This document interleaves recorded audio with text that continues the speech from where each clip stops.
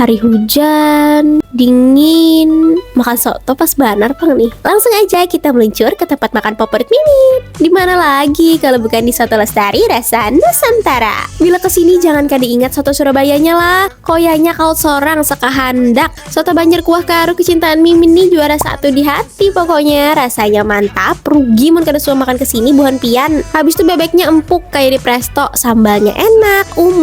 Surga dunia baner he. Selain itu di sini ada menu baru loh. Ada lalapan ayam kampung setengah ekor. Kalau di Banjar kada afdol rasanya kalau kada makan nasi kuning ya kan. Nasinya di sini pakai beras Banjar asli saya.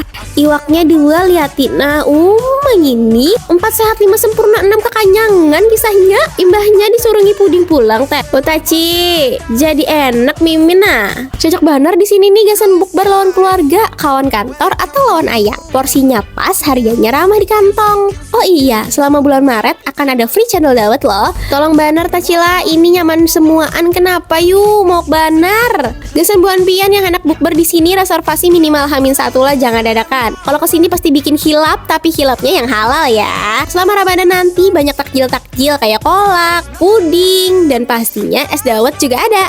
Cus sudah ke Soto Lestari Rasa Nusantara. Alamatnya ada di Jalan Padat Karya, Benua Anyar, Banjarmasin. Buka dari jam 7 pagi sampai jam 10 malam. Cus, berangkat!